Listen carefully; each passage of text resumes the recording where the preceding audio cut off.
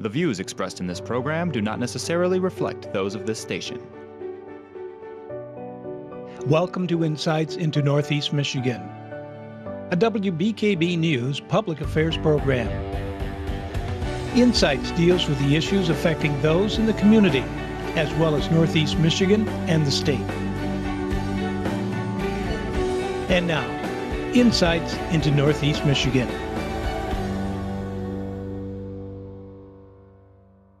Good morning, everyone, and welcome to another episode of Insights. I'm Erica Fernandez, and I'm joined here right now with Megan Goss from the Northeast Michigan Great Lakes Stewardship Initiative. Megan, thank you so much for being here today. Thanks for having me, Erica. Of course, it's always a pleasure. So today we're actually talking about how a lot of youths nowadays are actually not outside enough. And we're outside today on this beautiful afternoon. And go ahead, Megan, and tell me, why is it so important for youth to have meaningful relationships with nature? Well, it has been shown in many different studies that having meaningful connections with nature can have a lot of behavioral and educational benefits for youth.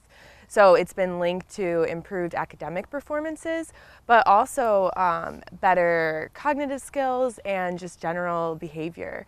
It's also just important to connect with nature around us. So many youth now have had decreased experiences with nature over the past 2 decades. On average, American youth spend about 30 minutes of unstructured playtime outdoors per day. Wow. And they can spend up to 7 hours on a computer a day at the same time. So there's been an increase in experiences with computers, but a decrease in experiences outdoors connecting with nature. And what do you think that the biggest reason for that is? I mean, is it just like the change of times and technology? What do you think that is? Well, I'm not positive on what the biggest reason is, but I think we all live very busy lives now. So there's so many different ways that we can spend our day, so many pulls in a day, and sometimes it's hard to make time to go outdoors and just spend time outdoor in nature because we're always on the go and looking for the next thing instead of just enjoying what is around us. So we know that you work for Nemeglissi, and you guys work with place-based education a lot. Again, can you tell us exactly what that is? Yes, of course. So through the Northeast Michigan Great Lakes Stewardship Initiative, which is a network of education and community partners, we work to integrate the environment into the classroom and have students complete projects that benefit the local community. These projects vary from school to school, class to class, and from year to year. There's no one-size-fits-all for place-based education, but we strive to have it be a student-driven approach and have students be able to apply what they're learning in the classroom outdoors and making these one-on-one connections with nature. What types of projects are you guys working on for this year for students? Well, this semester there are so many different experiences that students are getting outdoors with area schools. They have been raising fish in the classroom, from salmon to sturgeon to lake trout, and all this spring they are doing releases on different sites, either out in Lake Huron, Thunder Bay, or in different rivers across Northeast Michigan. These projects really allow the students to see life cycles of different species that either live or are naturally from the Great Lakes, and then it allows them to apply their learning and have a direct benefit on these outdoor sites. In addition to fish in the classroom projects, students have been completing litter cleanups, connecting and having stewardship goals that way, or monitoring for water quality.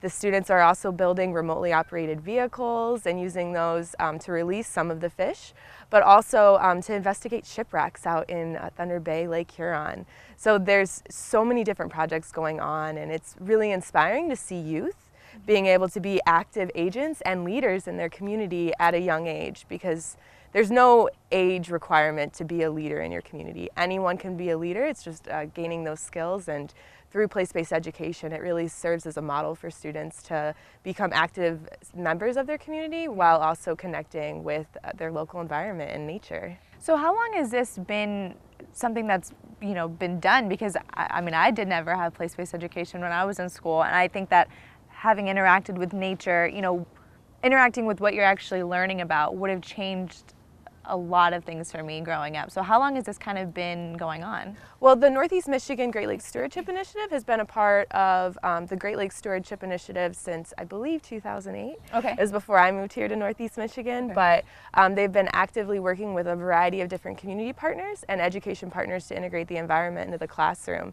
And I agree with you. When I was growing up, I didn't have these same outdoor experiences in school, and I think about how much different my life could have been today if I would have. I had parents that were able to get me outdoors, but not everyone has that ability or access or even the know-how. So how did you guys come up with some of the projects that you have planned for this year? You kind of sit down and brainstorm, or how did that go? Well, it varies from classroom to classroom and school to school. Some of the classrooms have been having these ongoing projects for many years. So they do a similar project every year, but it might change slightly depending on the students and the student interest. Others are based on an ask from a community partner.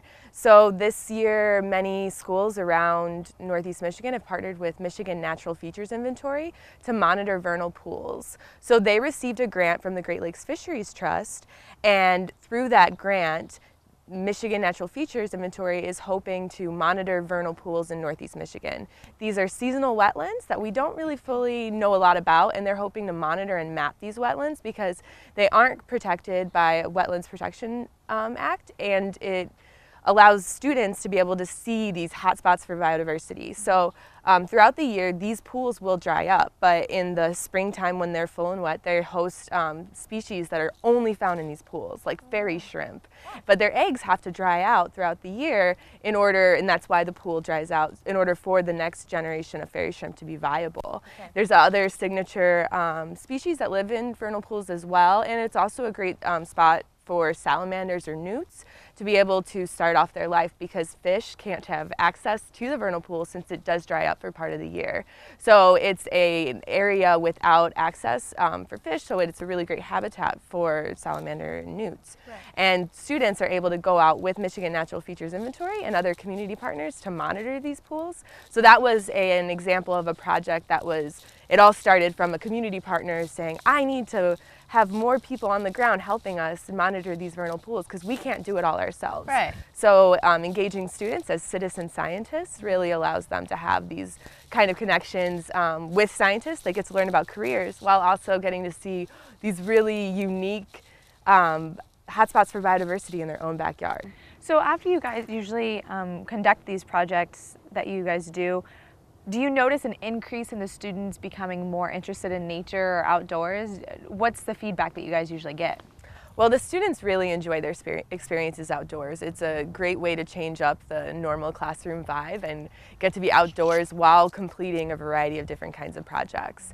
They enjoy that they vary as much as they do, and it's been shown in other studies that we've completed in the past that the students really find these projects to be fun.